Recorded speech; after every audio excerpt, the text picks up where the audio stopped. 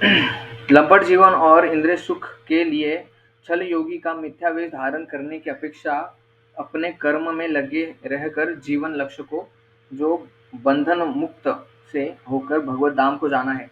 हमारे जीवन का लक्ष्य क्या है? हम इस्कॉन में आते हैं तो हमारे जीवन का हम लक्ष्य हमें पहले ही बता दिया जाता है कि माला करो।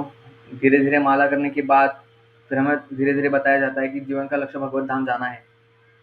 आज मुख्यतः इस श्लोक में एक मिथ्याचारी की और एक गृहस्थ की बात हो रही है। इसमें बहुत ही मन को भाने वाला एक वाक्य है। एक गृहस्थ भी कृष्ण भावनामृत में नियमित सेवा करके इस लक्ष्य तक पहुंच सकता है। मैं जब बेस में रहता था, मेरे कॉलेज टाइम में, स्कूल टाइम में, तो तब मैंने एक प्रभु जी से सुना था कि जो मतलब भगवत धाम जाने के लिए ब्रह्मचारी बनना ही पड़ेगा। वो भी नए थे। भगवत धाम जाने के लिए ब्रह्मचारी बनना ही पड़ेगा। जो ब्रह्मचारी बनेगा उसका तो भगवत धाम जाना निश्चित है, और जो गृहस्थ है उसका थोड़ा मुश्किल है, क्योंकि द्वारका अच्छा द्वारका में कौन है? कृष्ण की रानियां। और वृंदावन में कौन है? कृष्ण की गोपियां। तो वृंदावन की रानियां और वृंदावन की गोपियां और द्वारका की रानियों में क्या अंतर है? उनमें अंतर ये है कि गोपियों का सर्वस्व कौन है? कृष्ण है।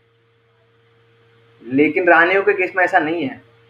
जब भगवान श्री कृष्ण ने 16,108 पत्नियां जब स्वीकारी, तब ऐसा नहीं है कि वो एक कृष्ण 16,108 पत्नियों के साथ है। भगवान ने अपना विस्तार किया 16,108। उन्होंने 16,108 महल बनवाए भगवान ने, हर एक रानी के लिए। हर एक रानी के लिए एक एक महल, और हर एक रानी के लिए एक कृष्ण, और हर एक रानी के लिए उनके सास ससुर कौन थे? भगवान के माता पिता कौन है? वसुदेव और देवकी।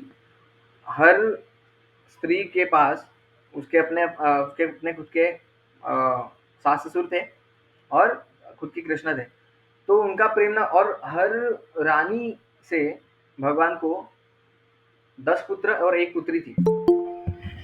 हर रानी से, ऐसा नहीं कि कुछ रानियों में से 7 लड़कियां हुई, 3 लड़के हुए, ऐसा नहीं।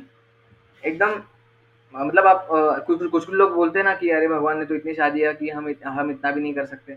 लेकिन भगवान ने गोवर्धन भी तो उठाया था ना, है ना? ऐसा नहीं है कि भगवान लंपट है। लंपट भी बोलते हैं भगवान को, ऐसा नहीं है।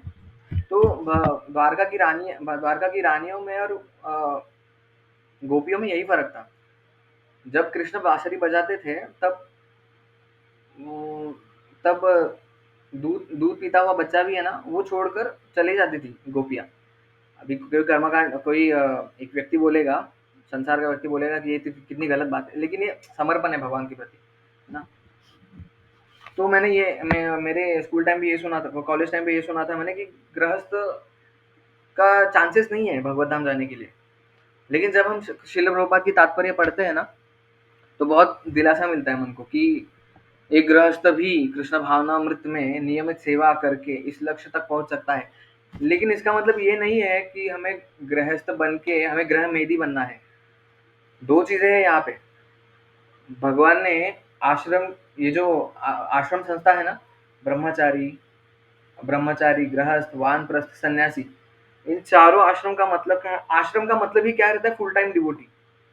अभी ब्रह्मचारियों के लिए ये वर्ड यूज किया जाता है कि ब्रह्मचारी मतलब फुल टाइम डिवोटी। लेकिन मैंने एक लेक्चर में सुना था वरिष्ठों से कि आश्रम का मतलब फुल टाइम डिवोटी होता है। क्या है आश्रम का मतलब? फुल टाइम डिवोटी मतलब वो सदा भगवान की सेवा में रहता है। कैसे?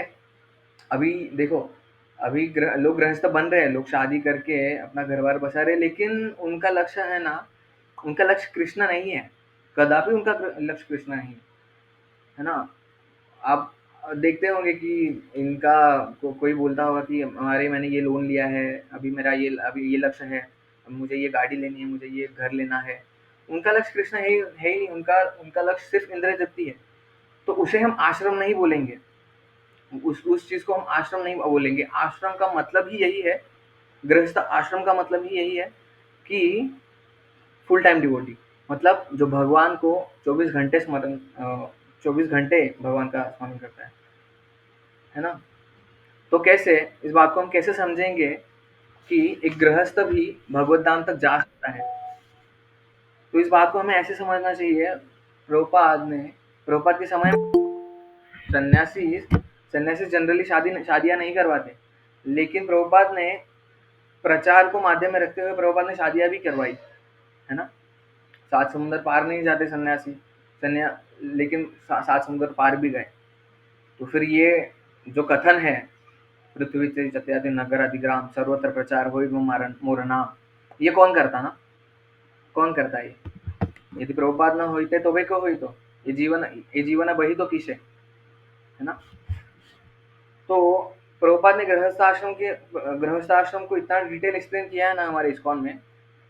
लोग कई बार ऐसा भी बोलते हैं कि देखिए प्रभु जी, हमें भक्ति करने के लिए तो टाइम नहीं है, हमारी बीवी है, हमारे बच्चे हैं, तो हम हमारा टाइम बस इसको इनको संभालने में चला जाता है। लेकिन आपको अगर पता होगा, भगवत गीता किसको सुनाई थी? अर्जुन को, बराबर? एकदम बेसिक सा सवाल है। भगवत गीता अर्जुन को सुनाई थी, लेकिन अर्जुन कौन था? ब्रह्मचारी था? नहीं, वो तो गृहस्थ था। गृहस्थ भी क्या, अर्जुन सुपर डुपर गृहस्थ था। अर्जुन की कितनी पत्नियां थी? 4 पत्नियां थी। पहली का नाम कौन बताएगा? चलो चारों पत्नी का नाम कोई बताएगा, प्रश्न उत्तर से थोड़ा रोमांच आएगा। कौन बताएगा अर्जुन के? चलो एक भी पत्नी का नाम बता दीजिए। अर्जुन की पत्नियों का नाम कौन बता सकता है? प्रभु जी, पहली पत्नी शायद से द्रौपदी जी है। हाँ, करेक्ट माता जी, जय हो। और दूसरी? प्रभु जी, दूसरी सुभद्रा है। जय हो, बराबर। तीसरी? ठीक है, ये दोनों नहीं पता होगा, क्योंकि ये इन इन दोनों से शादी जनरली इसका वर्णन होता नहीं है, लेकिन मैंने सुना है महाभारत में। तो भगवान की तीसरी पत्नी जो थी उसका नाम था चित्रांगद। जब ये केस आया था, जब ये एक द्रौपदी की 5 पांडवों से जब शादी हो रही थी, तो उन्होंने नियम रखे थे कि द्रौपदी के कक्ष में अगर युधिष्ठिर महाराज है तो ये चारों जन नहीं जा सकते। कौन? भीम, अर्जुन, नकुल, सहदेव। ये सब नहीं जा सकते। भीम, अर्जुन, नकुल, सहदेव, करेक्ट, हाँ। तो ये लोग नहीं जा सकते। अगर कोई जाता भी है गलती से, तो उसको 12 वर्ष का 12 वर्ष का वनवास उसको भोगना पड़ेगा। तो एक बार ऐसा हुआ था कि एक ब्राह्मण आए थे, बहुत क्रोधित हुए थे। तो उन्होंने बोला कि उनके राज्य में जब इंद्रप्रस्थ नामक राज्य था उनका, तब ब्राह्मण बहुत क्रोधित हो गए कि मेरी गाय चोरी हो गई, मेरी गैया चोरी हो गई। क्या आपके शासन में इतना भी सुरक्षण नहीं है क्या? तो वो श्राप देने वाले थे, और अर्जुन का गांडीव था तब उस समय द्रौपदी के कक्ष में, और उस समय युधिष्ठिर महाराज थे द्रौपदी के कक्ष में। तो अर्जुन को जाना पड़ा मजबूरीवश। तो वो गए, गांडीव लिया, सर झुका के गए। उन्होंने बोला कि माफ कीजिए, ब्राह्मण आए हैं, श्राप देने के लिए तुले हैं, उनकी गैया गई हैं, तो मुझे जाना पड़ेगा। तो ऐसे सर रख के चले गए। तो उस टाइम में 12 वर्ष का, हरे कृष्णा,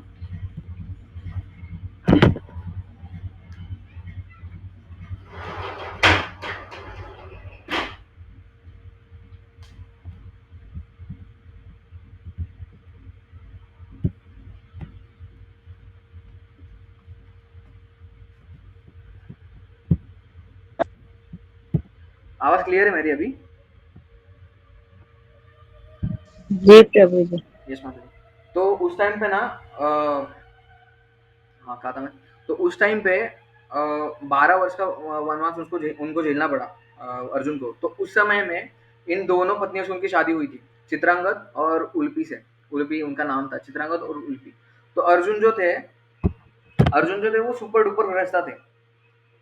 कितने पत्नियां थी उनकी? 4 पत्नियां थी, और भगवान ने अर्जुन को गीता सुनाई, है ना? तो ऐसा नहीं है कि भक्ति गृहस्थों के लिए नहीं है, और ऐसा भी नहीं है कि भक्ति बुढ़ापे में करने की चीज है। प्रभुपाद ने इतना स्पष्ट करके दिया है हमें इस्कॉन संस्था में कि आप सुबह से उठ के रात को सोने तक ये आपकी पूरी चीजें भक्ति में काउंट होगी। वरिष्ठ भक्त कहते हैं, प्रभुपाद भी कहते हैं कि भक्त का जो सोना है, सोना भी भक्ति है। कैसे? सोना तो तमोगुण में आता है। नहीं, लेकिन जब भक्त जो सोता है ना, तो भक्त का भाव यही रहता है कि मैं कल उठ के भगवान की सेवा करने वाला हूँ। हमारे परम पूज्य लोकनाथ स्वामी महाराज, उनका जपाटॉक रहता है। वो क्या, वो उन्होंने 5 या 3 साल हो गए, 5 साल हो गए आई थिंक। तो 5 साल से वो अपने शिष्यों को जपाटॉक के लिए प्रेरित कर रहे हैं। मतलब जपाटॉक में वो बैठते हैं, खुद जपा करते हैं। तो ये हमारे गुरुजन ने, हमारे वरिष्ठ भक्तों ने हमें ये जो सिस्टम दिया है, तो बहुत अच्छा सिस्टम है, जो गृहस्थ भी इसमें बहुत ईज़िली भक्ति कर सकते हैं। आप काम पे जाते हो, तो आप ऐसा समझो कि आप काम पे कृष्ण के लिए जा रहे हो। जो आप धन अर्जन करके लाओगे, आपको मेरा आवाज़ आ रहा है क्लियर? क्योंकि बाहर थोड़ा लाउड म्यूजिक बज रहा है। हरे कृष्णा। हाँ आ रहा है प्रभु जी। आ रहा है, ठीक है। पर डिस्टर्बेंस भी हो रहा है थोड़ा। तो हम जब काम पे निकलते हैं, तो हमें ये सोचना है कि हाँ, मैं काम पे जा रहा हूँ, लेकिन मैं कृष्ण की सेवा करने के लिए जा रहा हूँ। धन जब अर्जन होगा, तभी कृष्ण को भोग लगेगा, है ना? तभी कृष्ण की सेवा होगी, है ना? तभी हम मंदिर बनाएंगे घर में, भगवान की पूजा कर सकेंगे। तो ये जो सिस्टम दिया है प्रभुपाद ने कि हम प्रभुपाद के समय में अ, उनके शिष्य थे जयानंद प्रभु ना, जयानंद उस समय में क्या था, प्रभुपाद के समय में मंदिर चलाना है ना, अभी अभी कैसे कांग्रीगेशनल डिवोटी, उस टाइम पे कांग्रीगेशन नहीं होता था। उस टाइम पे 4 लोग, 5 लोग ऐसे मंदिर चलाते थे। तो जयानंद प्रभु के टाइम पे, जयानंद प्रभु सॉफ्टवेयर इंजीनियर थे, बहुत बड़ी कंपनी में काम करने वाले थे, प्रभुपाद के शिष्य। तो वो क्या करते थे, टैक्सी चलाते थे। तो अभी उनका टैक्सी चलाना क्या होगा, क्या हो गया, वो भी उनका भक्ति में काउंट हो गया, है ना? टैक्सी चलाना भी उनका भक्ति में काउंट हो गया। कैसे? वो मंदिर चलाने के लिए, भगवान का घर चलाने के लिए वो लक्ष्मी कमा रहे थे बाहर से, है ना? और जयानंद प्रभु क्या करते थे, जब प्रभुपाद आते थे, कहीं बाहर से आए, तो प्रभुपाद वो अ, उनकी गाड़ी रिपेयर करने के लिए चले जाते थे। तो ये सब जो चीज़ें हैं ना, ये भक्ति में कल्टीवेट करती है हमें। जो जो सारी चीज़ें हैं, जो गृहस्थ आश्रम में भी क्यों ना हो, तो आप भक्ति कर सकते हैं। तो ये बात है ही नहीं कि हमें भक्ति करने के लिए टाइम नहीं मिलता। नहीं, टाइम टाइम का सवाल नहीं है, सवाल ये है प्रायोरिटी का, मतलब प्राधान्य की बात है ना? हमें प्राधान्य देना चाहिए उस चीज़ों को। और अल्टीमेटली हम आत्मा है, हम शरीर नहीं है, हम आत्मा है। और ये जो संकरण है, वर्णाश्रम संकल्पना जो है, ये किसके लिए है? हमारे जो पूर्व हमने पुनरपि जन्म पुनरपि मरणम जठरे शयनम, हमने माँ की गर्भ में कितने कितने बार हमने जन्म लिया है ना? कितने कितने बार हमने जन्म लिया है। तो हमारे कई कई करोड़ों करोड़ों जन्मों के जो संस्कार है, उस करोड़ों करोड़ों जन्मों के संस्कार हमारे सबकॉन्शियस माइंड में है। मतलब हमारी जो हमारी जागरूक चेतना है उसमें नहीं, जो हमारी सोई हुई चेतना है उसमें है। तो इसीलिए हमें वो जो कर्म है, वो बार बार हमें परेशान करते हैं, बुरे कर्म करने के लिए या अच्छे कर्म करने के लिए हो।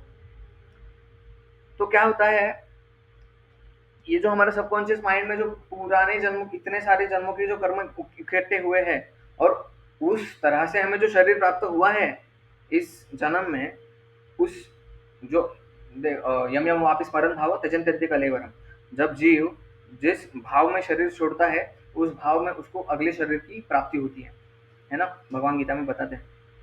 तो हमें जो ये शरीर मिला है, हमें अपने स्तर को देखना है कि हम किस में फिट होते हैं। ब्रह्मचारी, अभी अभी आप में से तो कोई ज़्यादातर, मतलब ब्रह्मचारी तो है ही नहीं यहाँ पे, शायद से सब गृहस्थी है। तो ये एक लेवल है, मतलब हमें हमारे स्वभाव को पहचाना है। अगर अगर एक ब्रह्मचारी बोलेगा मुझे गृहस्थ बनना है, फिर लेकिन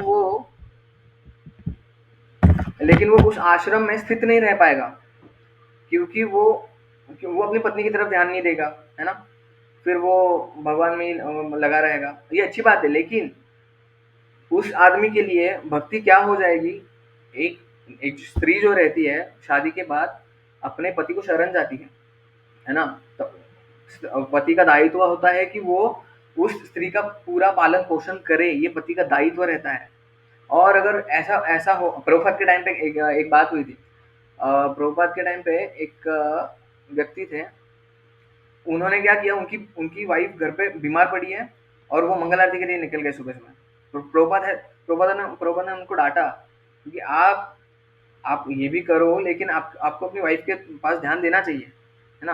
आपको अपनी वाइफ के पास ध्यान देना चाहिए, आप क्योंकि वो आपको शरणागत हुई है ना? तो हमें हमें ये जो जन्म मिला है इस शरीर में, तो हमें हमारी कंडीशनिंग को पहचानना है कि हम किस लेवल में फिट होते हैं। और अल्टीमेटली आत्मा जो है, वो कोई न ये आत्मा ना तो गृहस्थ है, ना ब्रह्मचारी है, ना वानप्रस्थी है, ना सन्यासी है। लेकिन हम इस बद्ध अवस्था में है। बद्ध अवस्था मतलब क्या? इस आत्मा को ये आत्मा जो है, ये शरीर में स्थित है। ये आत्मा की बहुत बुरी स्थिति है इस शरीर में पड़े रहकर।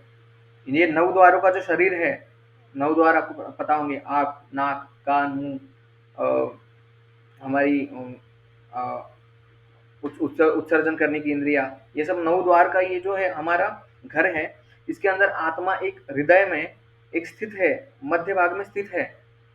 तो हमें उस जो जो हमारे संस्कार हैं पिछले जन्मों के, वही संस्कार हम लेके चलते हैं और उसी उसी उसी के आधार पे हमें अगला जन्म मिलता है ना? यम यम वापि स्मृतं त्यजन् तद् कलेवरम्। तो हमें उसी स्थिति में हमें अगला जन्म मिलता है, बराबर? तो एक गृहस्थ, एक जिसका स्वभाव अगर गृहस्थ का है, वो गृहस्थ गृहस्थ सोचे कि मैं ब्रह्मचारी बन जाऊंगा, तो ये पॉसिबल नहीं है। और कोई गृहस्थ सोचे कि मैं ब्रह्मचारी बनूंगा, तो ये भी पॉसिबल नहीं है ना? तो हमें गृहस्थ गृहस्थ क्या है ये समझना चाहिए। गृहस्थ मतलब क्या बोला मैंने? गृहस्थ मतलब आश्रम, आश्रम मतलब फुल टाइम डिवोटी, है ना? पूर्व काल में ऐसा होता था कि हमारी वैदिक पद्धति क्या है, 100 साल की समझो आयु है, तो 25 साल ब्रह्मचारी, 25 साल गृहस्थ, 25 साल वानप्रस्थ और 25 साल सन्यास के। लेकिन वो हमारे राजा महाराजा पूर्व काल में ऐसे ही करते थे, मतलब जो धार्मिक राजा रहते थे, है ना? वो ऐसे ही करते थे कि जैसे धृतराष्ट्र हो गए, धृतराष्ट्र को भी जब विदुर ने डांटा कि तुम ये क्या कुत्ते जैसे पड़े हो, कुत्ते जैसे इन पांडवों के टुकड़े पे पल रहे हो, तुम्हें कुछ भगवान के बारे में साक्षात्कार करने की कुछ आतुरता है कि नहीं? तब उन्होंने अपना घर छोड़ा, तब वो वानप्रस्थी आश्रम में गए।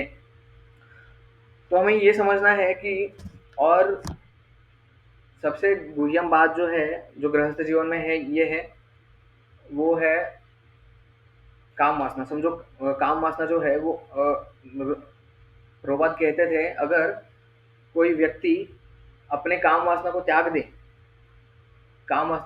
तो वो 50% वो मुक्त हो जाता है। मतलब देखिए कितनी स्ट्रॉन्ग कंडीशनिंग है हमारी काम वासनाओं की, हमारी इंद्रिय भोग की। तो ये हमें समझना है। तो गृहस्थी में रहकर ऐसा नहीं है कि गृहस्थी में रहकर हमें छूट दी गई है, हमें इंद्रिय भोग की छूट दी गई है, ऐसा बिल्कुल नहीं है। प्रभुपाद के समय में एक उनके शिष्य थे, उनके शिष्य ने उनको क्या पूछा, ब्रह्मचारी थे वो, उन्होंने उनको पूछा कि प्रभुपाद, गृहस्थ आश्रम में रह के एक स्त्री और पुरुष के संबंध कैसे होने चाहिए? बेसिकली वो पूछ रहे थे सेक्स लाइफ के बारे में, तो उनके संबंध कैसे होने चाहिए, उन्हें जरा घुमा के पूछा। तो प्रभुपाद ने बोला, गृहस्थों को चाहिए कि वो घर में भोग बनाए, भगवान को अर्पण करे और उस प्रसाद को ले और बालकनी में जाकर बोले, चिल्लाए जोर से, कोई यहाँ पे भूखा है, अगर कोई ना मिले तो प्रसाद पा ले। तो भक्त ने सोचा कि शायद प्रभुपाद समझे नहीं, तो उसने दूसरी बार फिर से पूछा, प्रभुपाद, स्त्री और पुरुष गृहस्थ आश्रम में कैसे रहना चाहिए? उन्होंने थोड़ा और घुमा के पूछा, कैसे अपने आप को संयमित रखना चाहिए? तो प्रभुपाद ने फिर से यही बोला, खाना बनाना चाहिए, भगवान को भोग लगाना चाहिए, बाहर पूछना चाहिए कोई भूखा है, नहीं है तो बैठना चाहिए फिर से।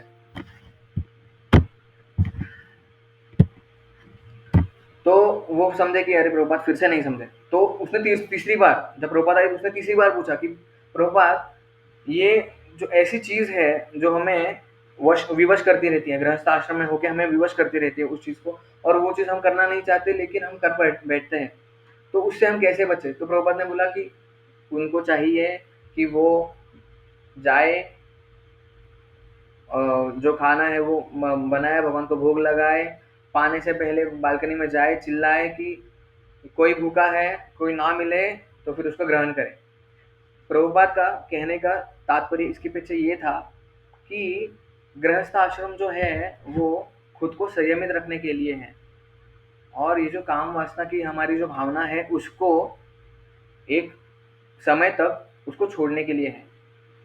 क्योंकि मैंने वरिष्ठ वैष्णव से सुना है, क्योंकि इस भावना को हम रख के भगवत धाम नहीं जा सकते, है ना? इस भावना को रख के हम भगवत धाम नहीं जा सकते। हम प्रभुपाद जी के शिष्य हैं, श्रील गौर गोविंद स्वामी महाराज अभी इस धरातल पे नहीं है, वो भगवान के धाम में चले गए। तो वो पहले गृहस्थ थे, जैसे हमारे प्रभुपाद गृहस्थ थे वैसे वो भी गृहस्थ थे। उन्होंने क्या बोला कि I had done physical union with my wife only 7 times and I, और आप मानोगे नहीं, गृहस्थ जीवन में रह के उन्होंने 7 बार अपने पत्नी का सहवास किया और उनको 7 ही पुत्र हैं। सोचिए, मतलब ये जो काम वासना की हमारी भावना है, ये उसको भी हमें कृष्ण की सेवा में लगाना है ना? उसको भी हमें कृष्ण की सेवा में लगाना है, समझे? तो गृहस्थ जीवन का अभी किसी को आप बाहर पूछेंगे किसी को भी कि आपका लक्ष्य क्या है, तो बोलेंगे कि हाँ हमारी बेटी है, हमारा बेटा है, अभी उसकी शादी करवानी है, तो अभी हम उनके लिए लड़का ढूंढ रहे हैं, उसके लिए लड़की ढूंढ रहे हैं। अच्छा, फिर उसके बाद हाँ फिर उसकी शादी हो जाएगी, तो फिर उसके बाद उसके बच्चे हो जाएंगे, फिर नाती हो जाएंगे, फिर उसके साथ हम खेलेंगे। अच्छा, फिर उसके बाद बस फिर हम आराम से हमारा शरीर छोड़ देंगे। ये लक्ष्य है क्या जीवन का? भगवान ने इतनी सृष्टि की निर्मित की, हाँ, इतना अनंत कोटि ब्रह्मांड है, अनंत कोटि ब्रह्मांड में हर एक ब्रह्मांड में एक एक ब्रह्मा जी है, उसकी सृष्टि की रचना के बारे में भागवतम में पढ़ोगे तो आप बुद्धि चकरा जाएगी। तो इतना सब साइंटिफिकली ये जो भगवान ने दुनिया बनाई है, ये इसके लिए बनाई है कि हम इसमें छोटे छोटे लक्ष्य रखें। हाँ, क्या ऐसा लगता है आपको कि ऐसे छोटे छोटे लक्ष्य रखें हम, इसीलिए हमें भगवान ने ये दिया है?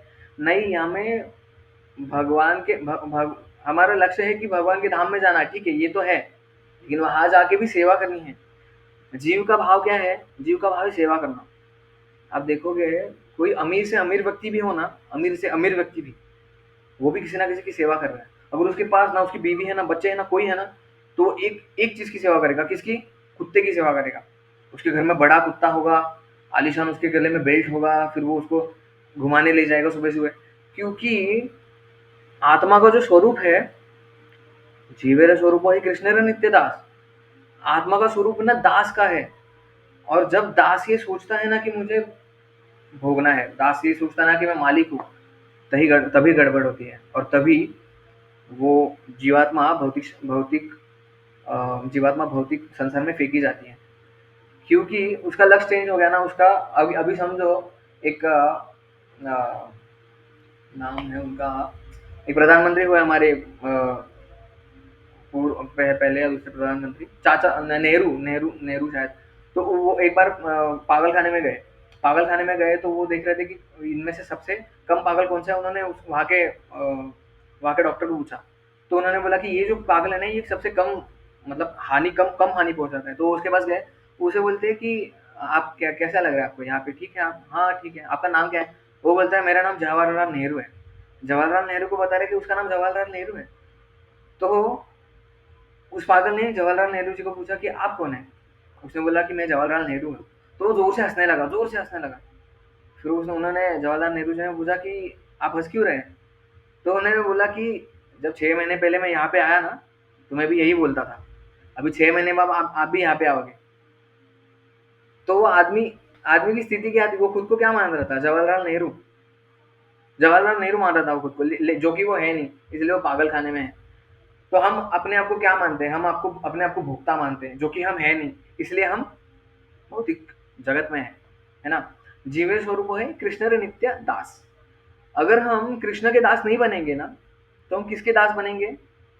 हम एक समझो किसी एक चरित्रहीन व्यक्ति होगा, वो किसी स्त्री का दास बनेगा, है ना? वो किसी अपने मालिक का, अपने कंपनी के मालिक का दास बनेगा, किसी कुत्ते का दास बनेगा। सुबह-सुबह आपने देखा होगा कभी-कभी कोई कुत्ते को लेकर जाते हैं, सड़क पे निकलते हैं, है ना? बहुत सारे अमीर अमीर घराने के लोग निकलते हैं सड़क पे। तो आप देखोगे मालिक आगे चलता है, सामान्यतः क्या रहता है, मालिक आगे चलता है और उसका दास पीछे चलता है। लेकिन इस समय पे, वैसे समय पे हमें क्या देखने मिलता है? कुत्ता आगे आगे चलता है और मालिक उसको ऐसे ऐसे ऐसे ऐसे करके तो इसमें मालिक कौन हुआ? कुत्ता हुआ कि वो मालिक हुआ, जो उसका ओनर है वो हुआ? कुत्ता हुआ ना मालिक, क्योंकि उसकी वो सेवा कर रहा है।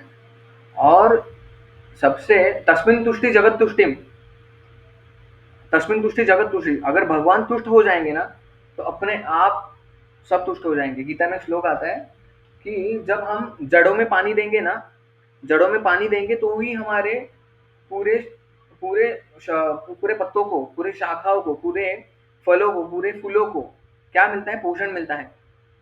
लेकिन हम क्या सोचते हैं, अरे यार, जड़ में पानी डालूंगा, फिर मैं पत्ता हूँ, मेरे तक पहुंचेगा, मेरे तक पहुंचे ना पहुंचे, मैं पहले पत्ते पे पानी डाल देता हूँ। हम ऐसा सोचते हैं, लेकिन उससे हमें हमें तुष्टि मिलने ही नहीं वाली है। देखिए, मछली को अगर पानी से निकाल दो, उसको आप गाड़ी दो, उसको बंगला दो, ठीक है, उसको स्त्री दो, उसको पुरुष दो, ठीक है, उसको खाने के लिए तो 56 भोग दो, वो नहीं संतुष्ट होगी। और संतुष्ट कैसे होगी? पानी से ही होगी ना।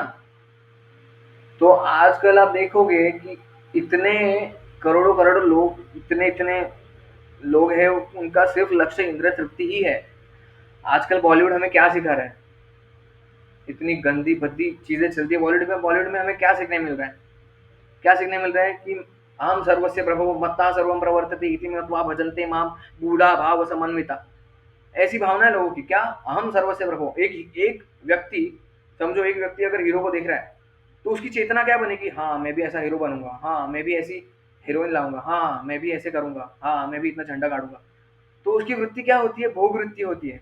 हम क्या समझता है? अहम सर्वस्य प्रभो मत्ता सर्वम प्रवर्तते। फिर वो भगवान को नहीं मान पाता।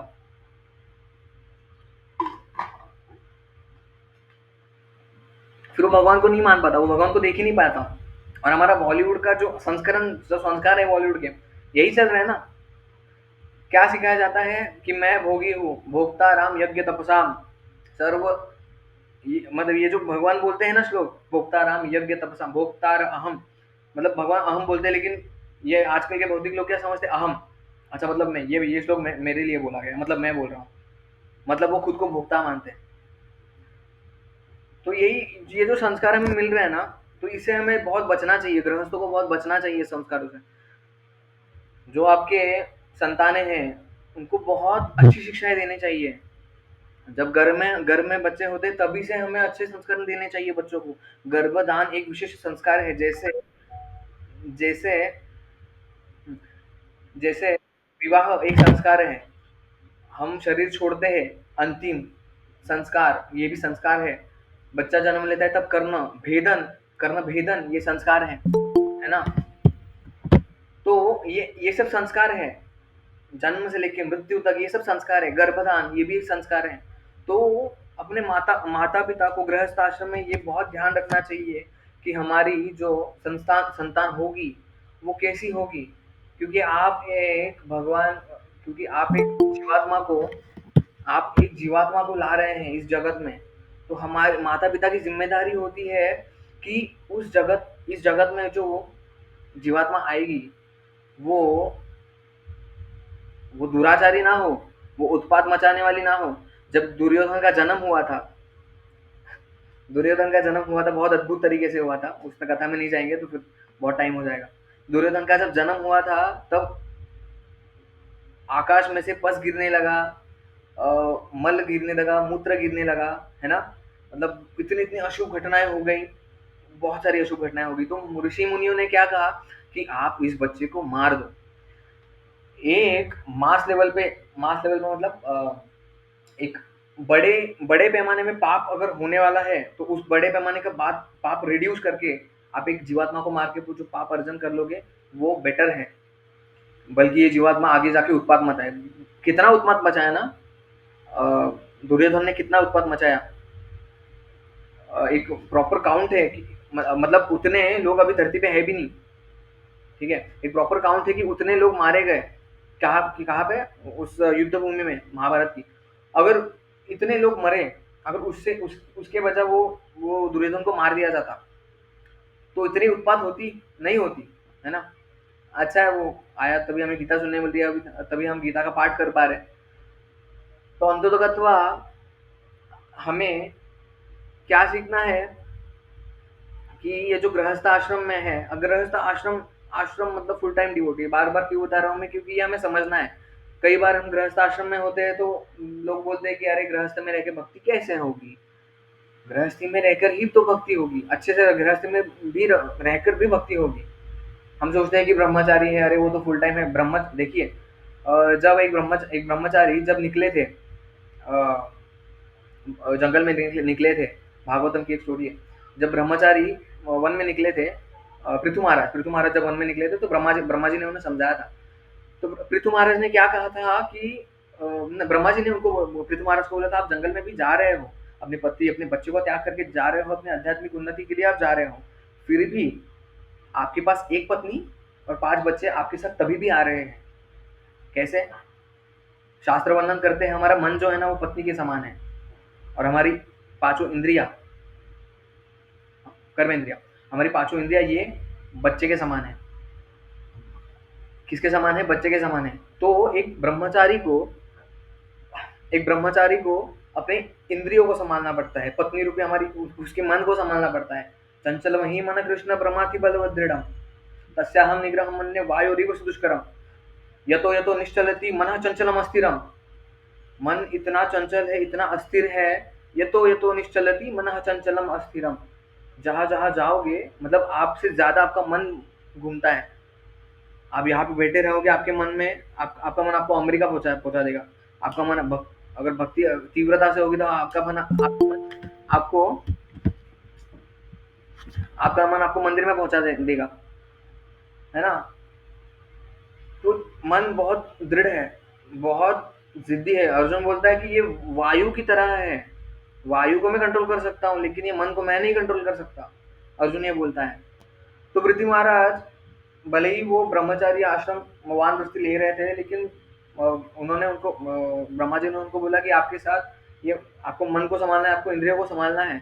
तो ऐसा नहीं है कि ब्रह्मचारी के जीवन में कोई कष्ट नहीं है। देखिए, कई बार लोग बोलते हैं कि ब्रह्मचारी जीवन, चलो आपसे ब्रह्मचारी आप नहीं बन पाओगे, आपकी इंद्रिया वश में नहीं है, तो चलो आप गृहस्थ बन जाओ। अरे जो अच्छा ब्रह्मचारी नहीं है, वो अच्छा गृहस्थ भी नहीं बन सकता, है ना? जो हम पीले डिवोटी देखते हैं कहाँ पे, मंदिर में पीले डिवोटी देखते हैं। पीले डिवोटी ऐसा नहीं है कि वो गृहस्थी ब्रह्मचारी बनेंगे। येलो डिवोटी मतलब ये ट्रेनिंग है। अगर गृहस्थ भी बनना है ना आपको, तो वो ट्रेनिंग अभी अभी तो खैर नहीं ले सकते, लेकिन मैं बता रहा हूँ इन जनरल क्या होता है। आगे अभी आपके आगे संतानें होंगी, तो उनको कैसे प्रशिक्षण देना है हमें। ये जो प्रभुपाद जी ने जो इतना अच्छा गिफ्ट दिया है हमें, कृष्ण भावना अमृत संग।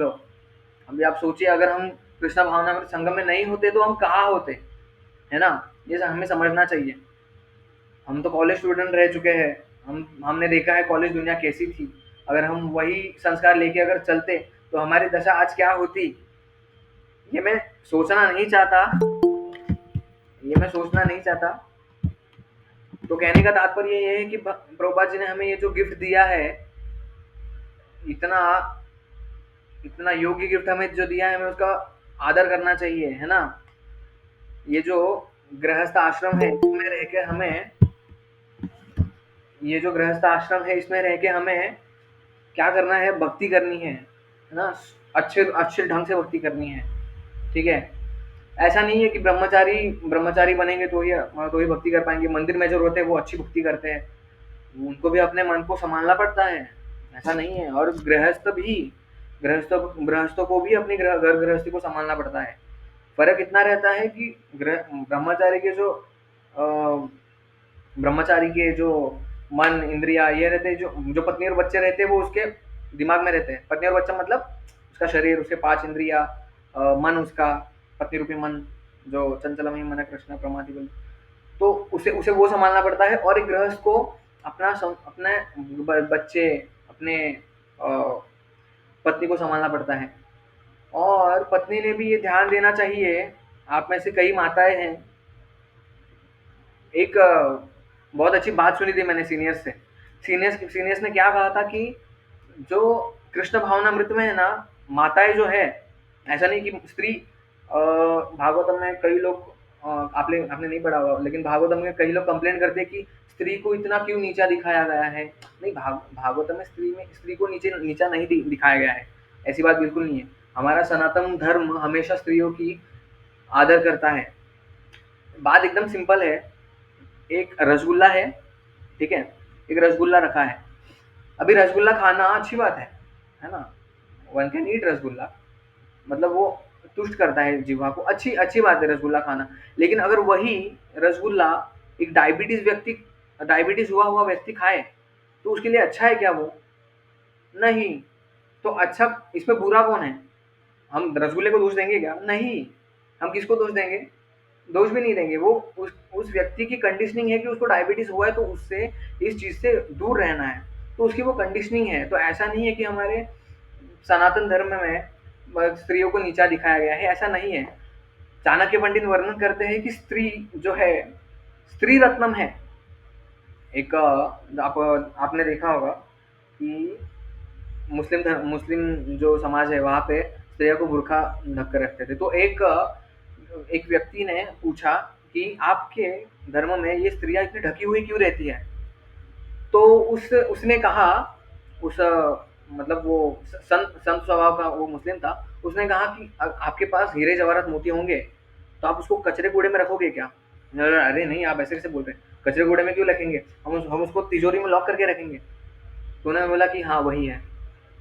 चाणक्य पंडित स्त्री को स्त्री रत्नम बोलते हैं। स्त्री रत्नम क्या मतलब? स्त्री रत्न के समान है ना? तो स्त्रियों का बहुत आदर किया जाता है सनातन धर्म में, है ना? स्त्री का बहुत आदर किया जाता है सनातन धर्म में। तो कहने का तात्पर्य है ये है, जो गृहस्थ जीवन, जो पति है, पतियों को क्या देखना चाहिए कि ये एक भगवान की ये भक्त है।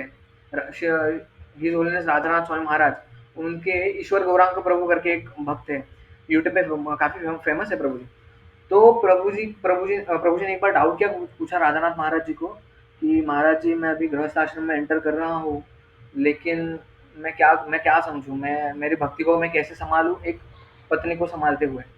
महाराज जी ने एकदम सिंपल बात बोली, देखो, वो जो है वो तुम्हारी पत्नी नहीं है, वो पहली बात तो भगवान की जीवात्मा है, ठीक है? वो भगवान की जीवात्मा, भगवान की रचना है कि वो तुम्हारे पास आए, तुम्हारे शरण में आए। अभी शरण में आना मतलब ये बात नहीं है कि अरे स्त्री शरण में आ रही है, वो ऐसी बात नहीं है, ठीक है? कहने का तात्पर्य है कि स्त्री रत्नम है ना, तो स्त्री रत्नम को ऐसा प्रोटेक्शन दिया जाता है। जब अ, स्त्री जब बाल्यावस्था में होती है तो पति के संरक्षण में रहती है, स्त्री जब बड़ी होती है तो भाई के संरक्षण में, और बड़ी होती है जब उसकी शादी होती है तो पति के संरक्षण में, बूढ़ी होती है तो बच्चे के, अपने पुत्र के संरक्षण में।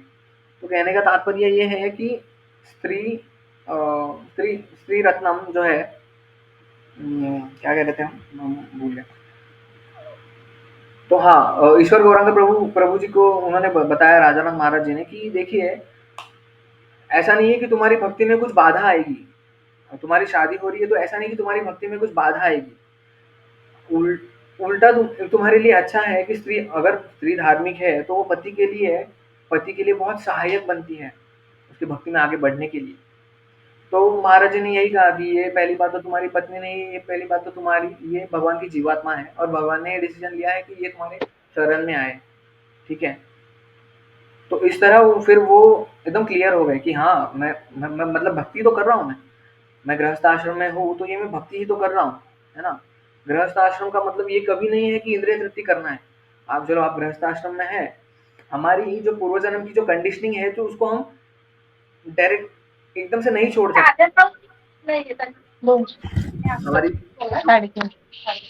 माप घेऊ शकता का? हां, जरा मापाचं असेल तर चांगलंच आहे. कारण आपल्या बॉडीमुळे कसं जरासं चेस्टमुळे ते वर खाली माप एवढं परफेक्ट बसत नाही. हरे कृष्णा माता जी, म्यूट हाँ, करिए। हरे कृष्णा। हाँ, क्या बोल रहे थे हम? हाँ, हमारी जो पूर्व जन्म के जो संस्कार हैं, हमारे पूर्व जन्म के जो संस्कार है, उसके कंडीशन के हिसाब से हमें शरीर मिलता है, बराबर? तो हमें ऐसा नहीं है कि गृहस्थ बन गए तो अभी हम भक्ति नहीं कर सकते, अरे हम क्या करें, अभी हमारा 50 साल हो गए, हम 50 साल के बाद कई माता जी बहुत वरिष्ठ है यहाँ पे, अभी वो सोचेंगे कि हमारे अभी जैसे श्लोक है, प्रहलाद महाराज बोलते हैं, कौमार्याम आचर्या प्राप्यो धर्मान भागवतानिहा दुर्लभम मानुषम जन्म तदपि अर्थदम अध्रुवम। कुमार अवस्था में है ना हम, तभी से हमें भक्ति शुरू करनी चाहिए। अभी कई माताएं बोलेंगी कि अरे हम मतलब मतलब मुझे ये प्रश्न किया है कई भक्त माताओं ने कि हम तो हमारी अभी एज इतनी हो गई है, अभी हम कैसे करें? कोई बात नहीं, हमें प्रभुपाद भगवान गीता में बताते हैं, अगर कोई भक्ति करते करते शरीर भी छोड़ दे ना, तो उसको अगला शरीर ना भक्त के रूप में ही मिलता है। एक अच्छी बात याद आई मुझे, एक प्रभुपाद जी के टाइम पे यूएस में एक भक्त थे, लंदन में एक भक्त थे, उनका नाम था राघव पंडित। अभी मैं बताता हूँ, ये जो श्लोक है ना, ये कितना सच में सच है। जब तक बद्ध जीवात्मा को प्रैक्टिकल चीज नहीं दी जाए तो उसको समझ में नहीं आते ना। मतलब दो तरह के व्यक्ति होते हैं, एक जो इससे समझे, कैसे? जो बोलने से समझ जाए कि बेटा देखो वहां पे हाथ मत लगाओ, करंट लग जाएगा, है ना? और दूसरे होते हैं जो नहीं सुनेंगे, जो एक्सपीरियंस ही सुनेंगे, बेटा वहां पे हाथ मत लगाओ, नहीं मैं तो लगाऊंगा, हाथ लगाएगा करंट लग जाएगा। तो फिर वो समझेगा कि हाँ अगली बार से नहीं मुझे हाथ लगाना है। तो दो तरह के व्यक्ति होते हैं। तो हमें जब ये बद्ध जीवात्मा को जब एग्जाम्पल दिए जाते हैं ना, तो वो अच्छे तरीके से समझते हैं। तो आप देखो ये काम वासना कितनी भयानक है, और ये जो श्लोक है यम यम वापि स्मरण भाव त्यजन त्यक्ते कलेवरम, ये कितना सही और एक्यूरेट श्लोक बोला है भगवान ने, है ना? तो क्या हुआ था, प्रभुपाद जी के टाइम पे एक राघव पंडित करके एक भक्त थे लंदन में। तो वो ब्रह्मचारी थे,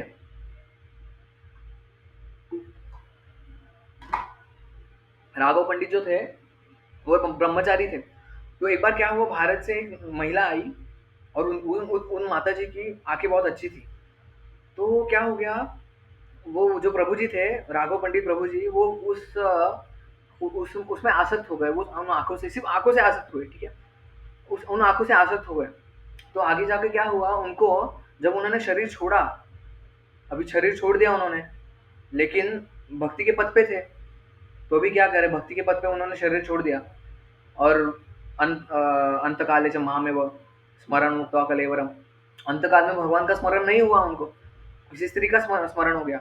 तो इस चीज की वजह से क्या हो गया उनको, ये बहुत सत्य घटना है, मैं भी अवाक रह गया था ये सुन के।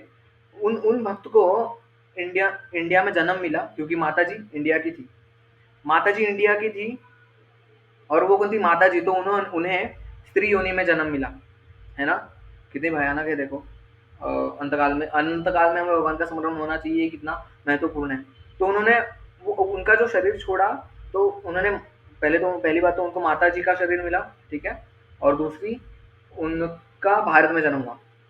और बाद में जब वो और उन अच्छी बात ये है, भले ही उनका यद गत्वा निवर्तन्ते हो गया, अच्छी बात ये है कि उनको भक्त के समाज में जन्म मिला। भक्त के समाज में जन्म मिला, तो मिला वो भी इस्कॉन के भक्तों के समाज में ही जन्म मिला। कितनी अच्छी बात है देखो। तो जब उनको पूर्व स्थिति ज्ञात हुई कि मैं पूर्व जन्म में राघव पंडित करके ब्रह्मचारी था, है ना? पूर्व जन्म में मैं कौन था, राघव पंडित करके ब्रह्मचारी था। तो उन्होंने वो उस लंदन के यहाँ पे गए, उस मंदिर में गए, और उन्होंने बस स्पष्ट किया कि हाँ मैं ऐसा, उन्होंने उनका इंट्रोडक्शन दिया, तो वो चीज एग्जैक्ट मैच हो गई। तो मतलब सोचिए, जो राघव पंडित भारत में जन्म लिए एक स्त्री योनि में, उसके बाद वो कौन बने?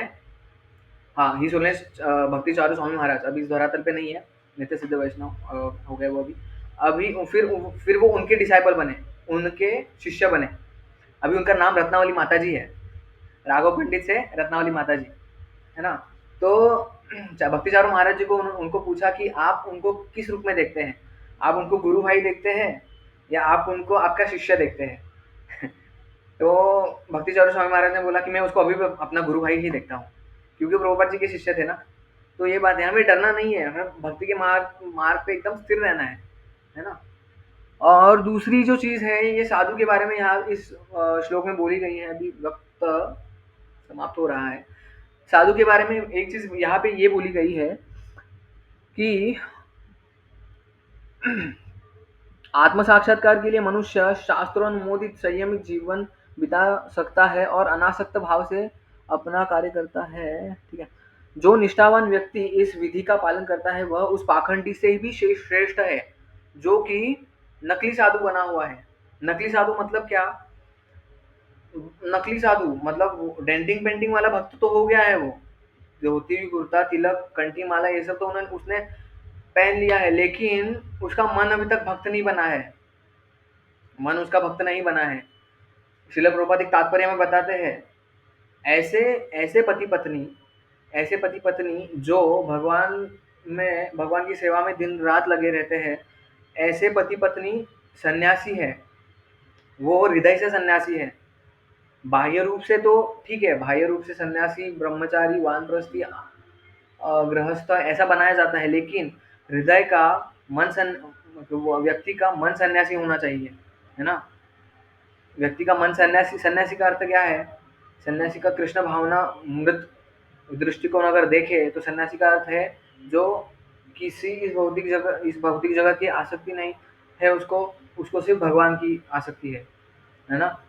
उसको सिर्फ भगवान की आसक्ति। यो मां पश्यति सर्वत्र सर्वत्रम मयि पश्यति, जो यो मां पश्यति सर्वत्र, जो मुझे सर्वत्र देखता है और जो मुझ में सब कुछ देखता है, तस्याहं न प्रणश्यामि सच में न प्रणश्यति।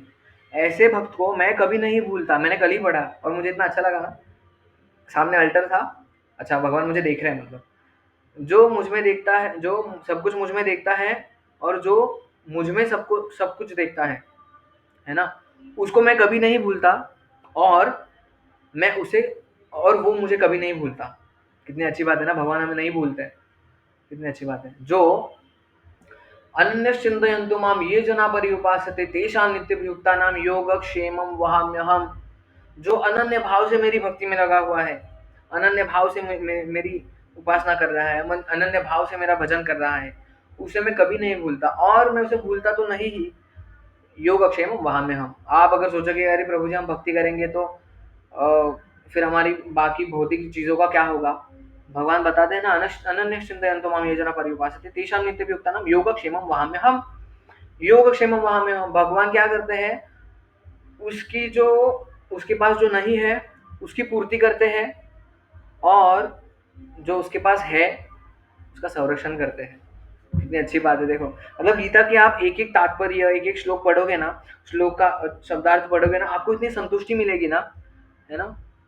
और एक श्लोक है गीता में, न मां कर्माणि लिम्पन्ति न मे कर्मा फले स्पृहा इति मां यो अभिजानाति कर्म निर्भर संबध्यते। मतलब देखो, इतनी सी बात जानने से हमें कितना फल मिलेगा? क्या? न मां कर्माणि लिम्पन्ति न मे कर्मा फले स्पृहा। जो व्यक्ति ऐसा जानता है कि मैं कभी कर्म में बंधता नहीं और न कभी कर्म मुझे बांधते हैं। अभी हम कर्म करते हैं ना, तो कर्म में हम बंधे पड़े हुए हैं, इसलिए तो ये हमें इस चमड़े का थैला, ये शरीर मिला है, नवद्वारा का शरीर मिला है, क्योंकि हम कर्म से बंधे पड़े हैं ना। तो उस कर्मों के आधार पे हमें ये शरीर मिला है। लेकिन भगवान क्या बोलते हैं? न मां कर्माणि लिम्पन्ति न मे कर्मा फले स्पृहा इति मां यो अभिजानाति।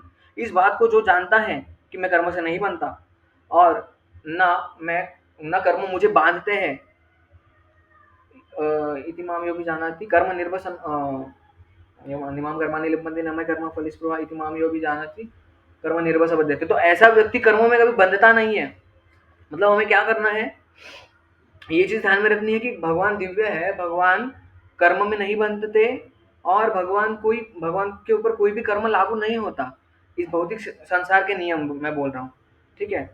तो ऐसा व्यक्ति को अगर कोई जानता है तो वो कर्म निर्भर न बध्यते, मतलब वो कर्म निर्भर से बनता नहीं, कर्मों में बंधता नहीं है। वो कितनी अच्छी अच्छी बातें बोलते हैं ना भगवान गीता में।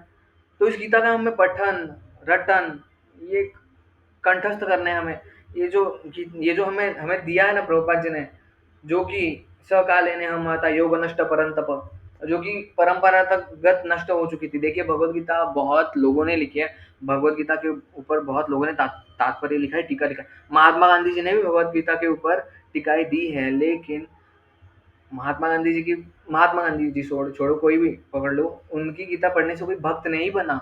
लेकिन प्रभुपाद जी की गीता पढ़ने से देखो कैसे कितने कितने जो भौतिक जगत में दिग्गज थे, इंद्रिय तृप्ति में, वो आध्यात्मिक जगत में दिग्गज बन रहे हैं, वो भगवान की प्राप्ति कर रहे हैं, है ना? वो भगवान की प्राप्ति कर रहे हैं।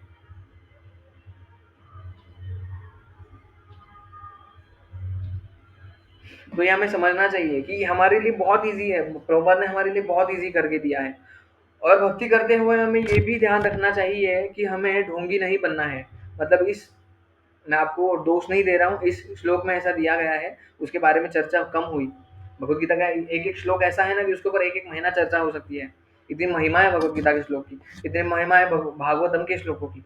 लेकिन हम बद्ध जीवात्मा है, काल के चंगुल में फंसे हुए हैं, तो हमारे पास बहुत 9 मिनट ज़्यादा हो गए, तो हमारे पास बहुत सीमित समय है, तो उसमें हमें जो भी अर्जन करना है, इसलिए तो प्रहलाद महाराज बोलते हैं ना, कौमार्यमाचरेत् प्राज्ञो धर्मान् भागवतानि हा दुर्लभम मानुषं जन्म तदपि अर्थदम ध्रुवम। बहुत दुर्लभ है मनुष्य जन्म, है ना? बहुत दुर्लभ है मनुष्य जन्म, ठीक है? तो इस श्लोक के अनुसार ऐसा बताया गया है कि ऐसा व्यक्ति, मतलब जो हमने चर्चा की कि भक्त कैसा होना चाहिए, है ना? तो ऐसा व्यक्ति सबसे ज्यादा श्रेष्ठ है पाखंडी धूर्त, उस पाखंडी धूर्त साधु से। मतलब जो पिछला श्लोक क्या था? पिछला श्लोक भी बहुत अच्छा था। कर्मेंद्रियामि संयम्य मन यह आस्ते मन सास्मरम इंद्रियार्थानुमूढ़ात्मा मिथ्याचार से उच्चते। मतलब क्या? जो ऊपर से दिखा रहा है कि मैं साधु हूँ, मैंने सर मुंडवा लिया है, मैंने तिलक लगाया है, मैंने कंठी धारण की है, मैं धोती कुर्ता पहन के बैठा हूँ, ऊपर से तो दिखा रहा है, और बाह्य रूप से कर्मेंद्रिया को संयम में रखा है। मतलब नहीं, ये नहीं खाऊंगा, वो नहीं करूंगा, ये नहीं करूंगा, लेकिन उसका मन जो है, उसका हृदय जो है, वो भौतिक आसक्तियों में लगा हुआ है। तो ऐसा साधु टूटेगा ही टूटेगा। मतलब ये नाटक कर रहा है ना वो, और नाटक कितने समय चलता है? ज्यादा देर नहीं चलता नाटक। तो ऐसे व्यक्ति को मिथ्याचार से उच्चते। तो हमें मिथ्याचारी नहीं बनना है। अगर समझो हमारे गुरुजन हमें पूछते हैं कि प्रभु जी कितना माला करते हो आप? प्रभु जी मैं 30 माला कर लेता हूँ, और वास्तव में देखा जाए तो वो एक भी माला नहीं करता। तो ये बहुत बड़ा अपराध है उस व्यक्ति के प्रति जो आपको पूछ रहा है, जिसके अनुगत्य में आप भक्ति कर रहे हो। तो हमें इस बारे में बहुत ध्यान रखना है कि हमें पाखंडी नहीं बनना है। हमें जो है, प्रभु जो है, मैं नीच हूँ, पापी हूँ, कपटी हूँ, दम्भी हूँ, मैं जो भी हूँ आपका हूँ, है ना? तो ये बात हमें समझनी, हमें जेन्युइन भक्त बनना है। क्या बनना है हमें? जेन्युइन दास दासानुदास, गोपीर भक्ते पद कमले दास दासानुदास। जीव का, पहले हमने क्या चर्चा की? जीव का स्वभाव दास है, जीव सेवा करे बिना नहीं रह सकता, है ना? तो हमें सेवा ही, तो हम तस्मिन तुष्टिम जगत तुष्टि। हम अगर हमारे पेड़ को, हमारी जड़ों को, जो कि कृष्ण भावनामृत हमारी चेतना है, उसको हम अगर ठीक से भक्ति का ये जो पानी है वो देंगे, तो हमें क्या करेंगे? हम इस चेतना को वो पानी देंगे, तो हमें भगवान की प्राप्ति होगी। तो ठीक है, तो ये हमें समझना है। हमें मिथ्याचारी नहीं बनना है। हमें जो भी है जेन्युइन, प्रभु जी मेरी इंद्रिय तृप्ति में आसक्ति है, हाँ है, मेरी अभी तक इस भोग वृत्ति में रुचि है, तो है। तो हमें भक्तों का संग नहीं छोड़ना है। भक्तों का संग हमें प्रेरित करेगा।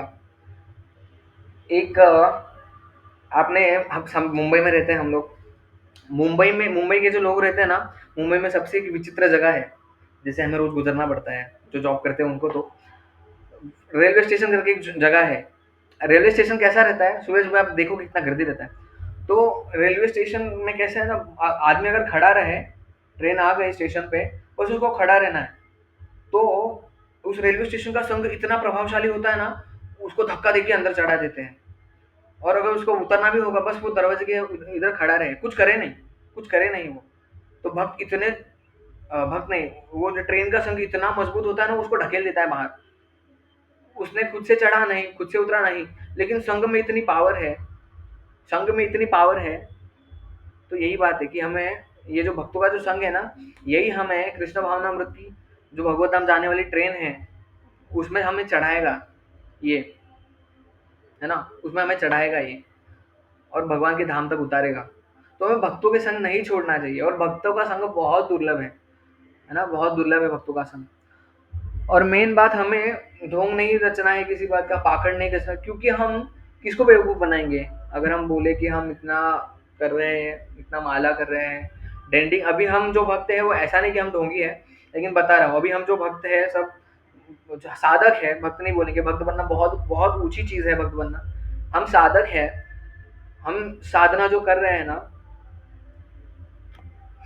हम साधना जो कर रहे हैं ना, ठीक है? ये हमारे लिए कर रहे हैं, हम किसी के लिए नहीं कर रहे हैं, ठीक है? तो हमें ये जो साधना है, ये हमें खुद से लॉयल रहना है पहली बात तो। हमें ढोंग नहीं करना है पहली बात तो। हमें खुद से लॉयल रहना है और हमारे गुरुजनों से, भक्तों से एकदम लॉयल रहना है।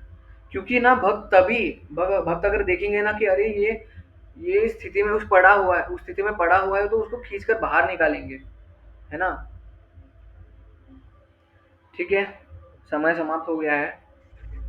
हरे कृष्णा। का कुछ हरे माता कृष्ण जी पूछ सकते। यस माता जी। हरे कृष्ण प्रभु जी। हाँ माता जी। मैं तो माला नहीं कर पाती, क्या माला कोई जरूरी? लोग बोलते हैं 16 माला के लिए।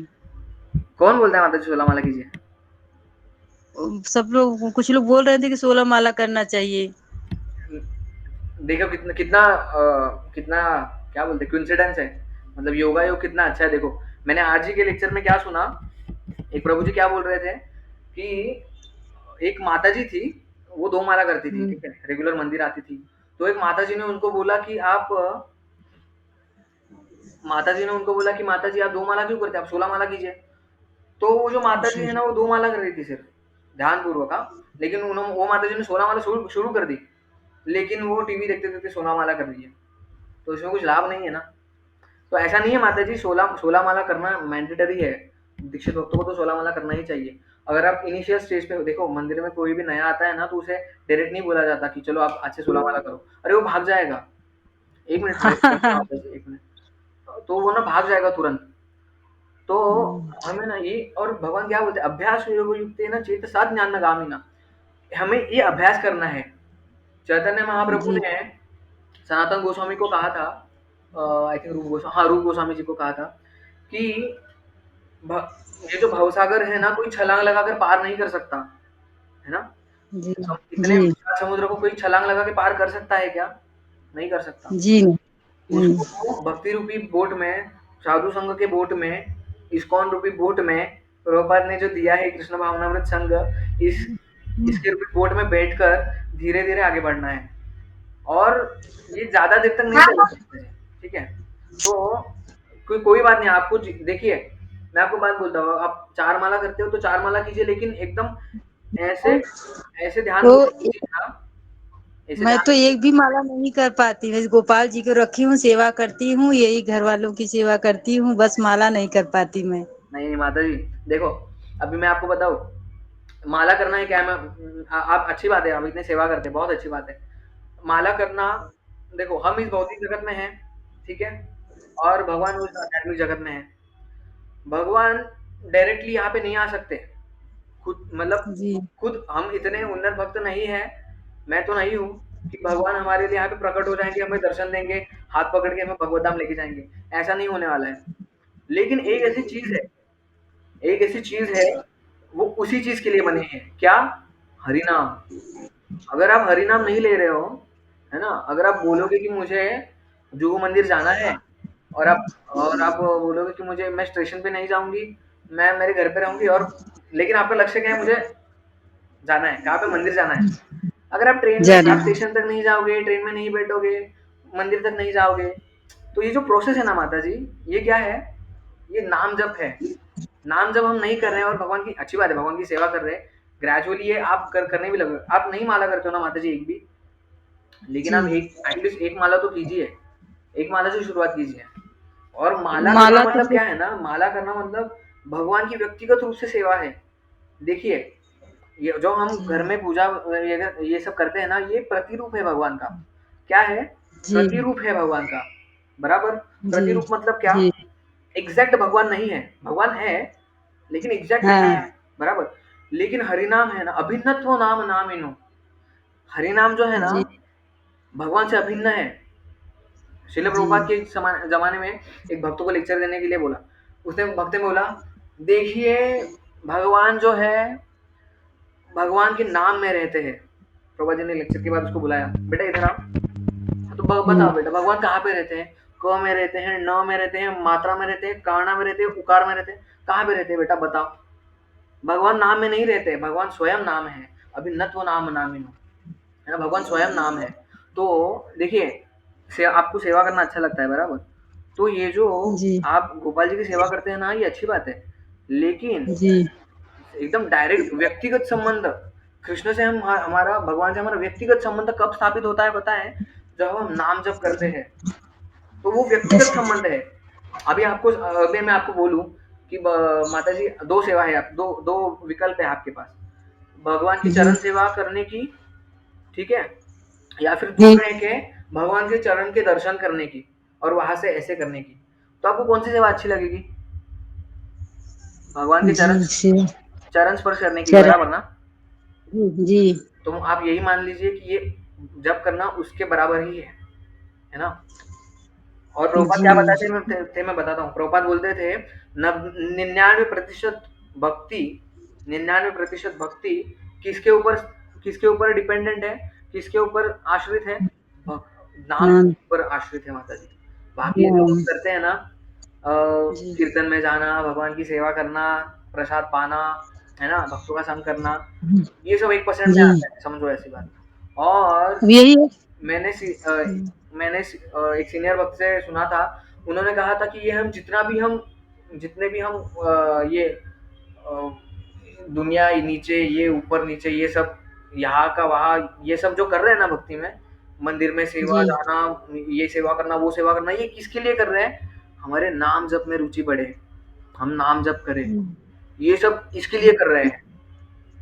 बस सुबह में टाइम नहीं मिलता तो नहीं कर पाती नहीं करना मतलब नहीं करेंगे आप ऐसा? सुबह नहीं कर पाते तो शाम अरे को कोई हो बात नहीं जाए माता जी, देखो नाम लेने के लिए नाम लेने के लिए कोई ऐसा नहीं कि तभी नाम लो आप। बात ये है कि ब्रह्म मुहूर्त में नाम लेना बहुत अच्छी बात है, और ऐसा नहीं कि आप रात में नाम ले रहे हो तो वो गंदी बात है। नहीं, भगवान का नाम लेना तो सदैव अच्छी बात। भगवान गीता में क्या बताते हैं बताओ? सततम कीर्तयन्तो माम यथन तश्च दृढ़ व्रत। अगर आप दृढ़ व्रत है, और फिर भगवान ने क्या जी बताया? सततम कीर्तयन्तो माम। भगवान ने ये नहीं बोला है कि प्रातः काल चिंतयन्तो माम, ऐसा बोला है क्या भगवान ने? प्रातः काल नहीं चिंतन, नहीं नहीं नहीं। यत् सततम कीर्तयन्तो माम यत तष्ट दृढ़ व्रत। सतत कीर्तन करो मेरा, और सतत मेरे में दृढ़ रहो, ये बात जी है ना? तो माला जब माता जी आप कभी भी कीजिए, बेस्ट है आप सुबह कीजिए, ठीक है। नहीं हो रहा है जी तो कोई बात नहीं, शाम को कीजिए, दोपहर में कीजिए। 24 घंटे पड़े हैं हमारे पास, 24 घंटे में से हम 7 मिनट नहीं निकाल सकते नाम जप के लिए? जी जी निकाल सकते हैं, आराम से निकाल जी सकते हैं। और एक तो माला माला हो का जाती है। वहाँ मंदिर में आके मिलेगा माला हाँ माता जी, मंदिर में आके उधर माला मिलेगा कि इधर से ही ले लूं आप कहाँ पे रहते हैं? उस स्थिति से आप, रिवर साइन वसई ईस्ट ठीक है, आप मंदिर में आके मंदिर, प्रभुपाद जी ने मंदिर ही इसीलिए बनाया है कि वहाँ पे धोती कुर्ता से लेके, तिलक से लेके, कंठी माला से लेके, सब सब अगरबत्ती से लेके, माचिस की तीली तक सब मिले वहाँ पे। जी तो हमें वहाँ पे कंठी माला नहीं मिलेगी, वो भी मिलेगी। तो आप जाइए मंदिर में संपर्क कीजिए, है ना माता जी? हरे कृष्ण। जी जी यश हरे प्रभु माता कृष्ण जी, कुछ प्रश्न है आपका? हरे कृष्ण प्रभु जी, प्रणाम। हरे कृष्ण माता जी, प्रणाम। प्रभु जी, आपने जैसा बोले हैं, जैसा जीवन स्वरूप होए कृष्ण नित्य दास, वैसे आत्मा का स्वरूप तो क्या समझे? वो भगवान का भी स्मरण करना है ना, क्या समझे प्रभु जी? हरे कृष्ण। मतलब मैं क्वेश्चन नहीं समझा माता जी। आत्मा का स्वरूप क्या है, वही पूछना था। आत्मा का स्वरूप है दास है बनना, ठीक है। आत्मा का स्वरूप है दास। मतलब आपका क्वेश्चन एकदम पॉइंट एकदम एक पॉइंट में बोलिए, मैं नहीं समझा।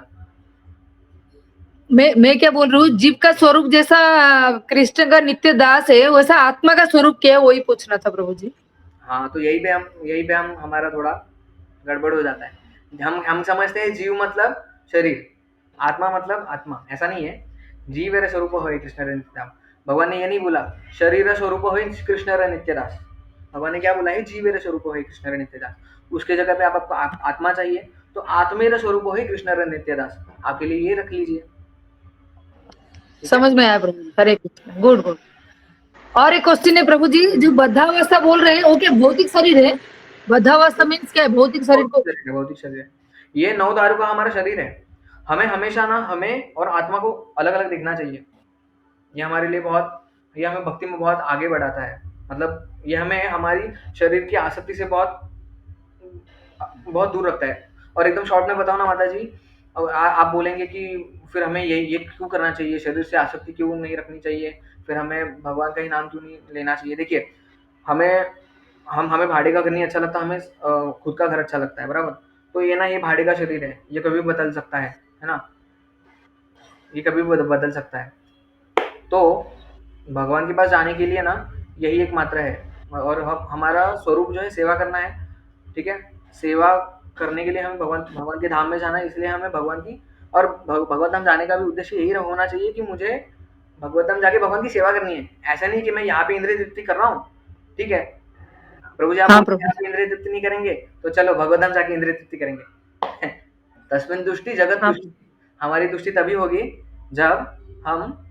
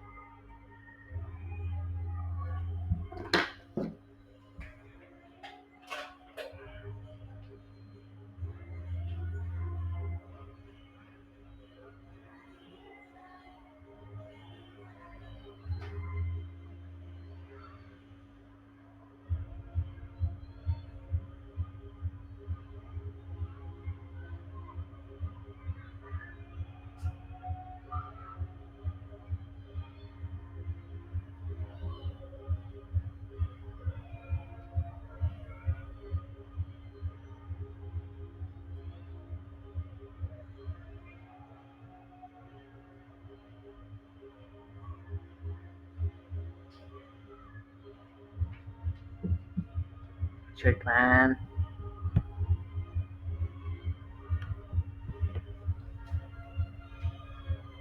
but कौन खाने के लिए?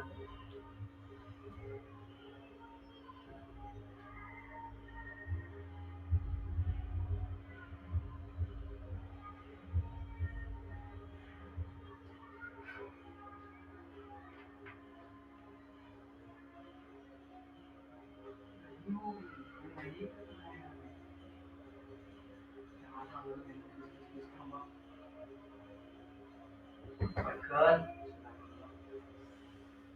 पटकन यार लोगों को बोलना है।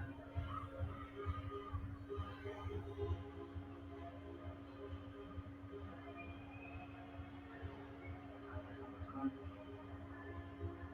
ठीक है, हॉस्पिटल हो गया। अभी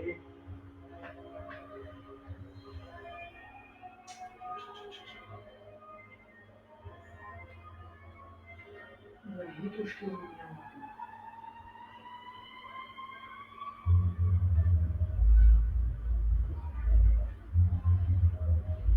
क्षमा कीजिए जरा।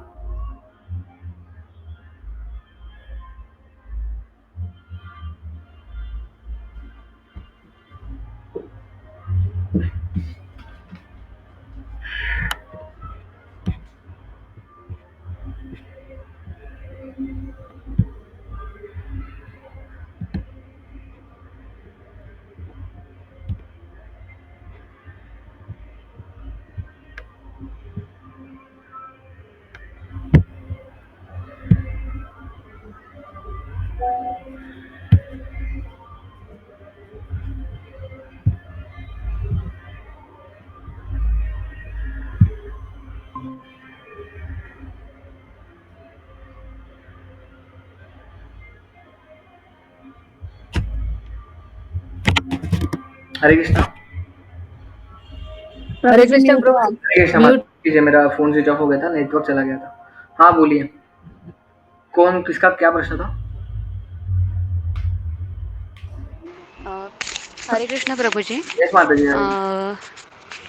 मेरा ही प्रश्न था कि हम्म, जैसे कोई माता जी अगर भक्ति में बहुत निष्ठावान है, मतलब वो माला जप करे, सब कुछ करे भक्ति के लिए, अगर वो मतलब निष्ठावान है तो ऑब्वियसली वो जाएंगे भगवत धाम, तो उनके साथ उनके जो प्रभु जी मतलब उनके हस्बैंड है वो भी जाएंगे क्या उस समय अगर?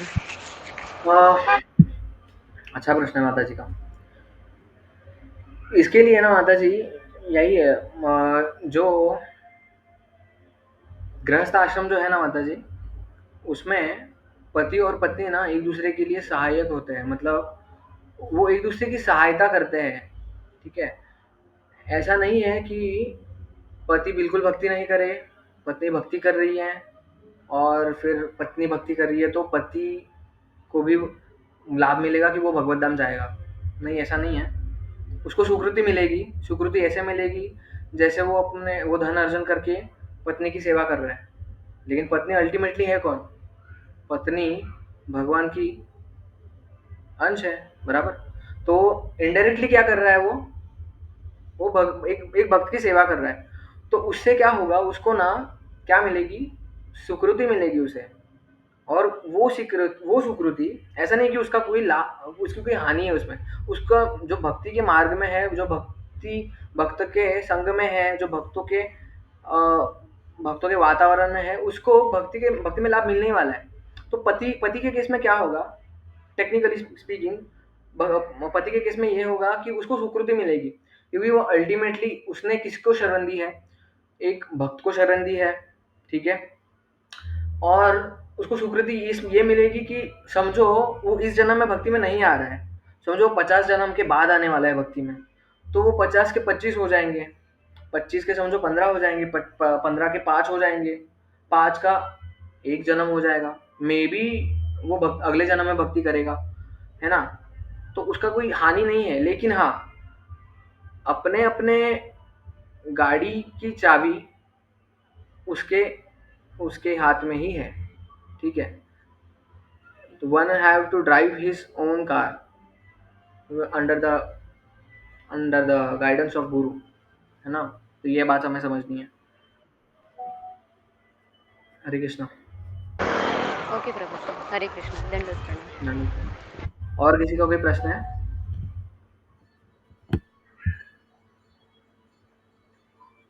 तो 9 बज गए हैं।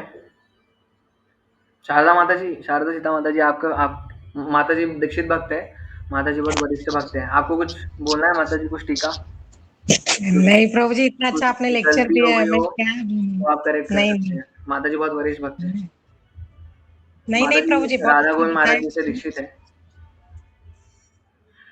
हरी बोल।